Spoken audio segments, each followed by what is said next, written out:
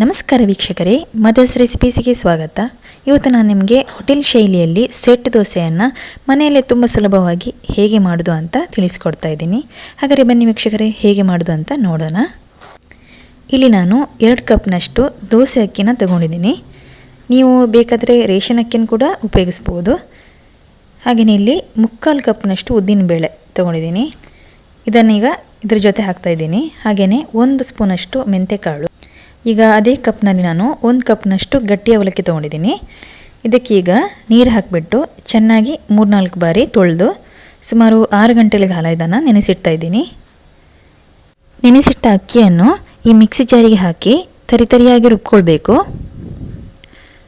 ಇವಾಗ ಒಂದು ಪಾತ್ರೆಗೆ ಹಾಕ್ತಾ ಇದ್ದೀನಿ. ಇದಕ್ಕೆ ರುಚಿಗೆ ಎಷ್ಟು ಬೇಕಷ್ಟು ಉಪ್ಪನ್ನು ಕೂಡ ಹಾಕಿ ಚೆನ್ನಾಗಿ ಮಿಕ್ಸ್ ಮಾಡ್ಕೊಳ್ಳಿ. ಇದನ್ನು ನಾನು 8 ಗಂಟೆಗಳ ಕಾಲ ಒಂದು ಪ್ಲೇಟಿಂದ ಮುಚ್ಚಿಡ್ತಾ ಇದ್ದೀನಿ. ನೀವು ಓವರ್ನೈಟ್ ಇಟ್ಟರೂ ಕೂಡ ಹಿಟ್ಟು ಚೆನ್ನಾಗಿ ಬರ್ತದೆ. ನೋಡಿ, ಹಿಟ್ಟು ಚೆನ್ನಾಗಿ ಬಂದಿದೆ.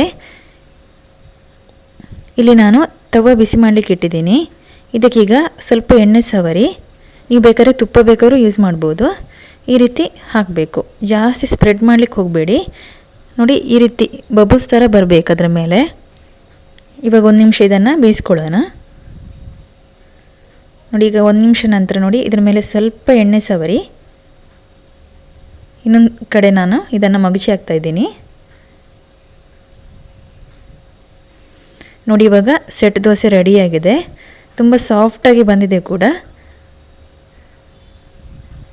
ಇದನ್ನು ಚಟ್ನಿ ಜೊತೆ, ಸಾಂಬಾರು ಜೊತೆ ತಿನ್ನಲಿಕ್ಕೆ ಇನ್ನೂ ಟೇಸ್ಟಾಗಿರುತ್ತೆ. ನೀವು ಇದೇ ಥರ ಹೋಟೆಲ್ ಶೈಲಿಯಲ್ಲಿ ಸೆಟ್ ದೋಸೆನ ಮನೆಯಲ್ಲಿ ಮಾಡಿ ನೋಡಿ. ಹಾಗೆ ನಿಮ್ಮ ಅಭಿಪ್ರಾಯವನ್ನು ನನಗೆ ತಿಳಿಸಿ. ನನ್ನ ಈ ರೆಸಿಪಿ ನಿಮ್ಗೆ ಇಷ್ಟ ಆದರೆ ಪ್ಲೀಸ್ ಸಬ್ಸ್ಕ್ರೈಬ್ ಮಾಡಿ, ಲೈಕ್ ಮಾಡಿ, ಶೇರ್ ಮಾಡಿ. ಧನ್ಯವಾದಗಳು.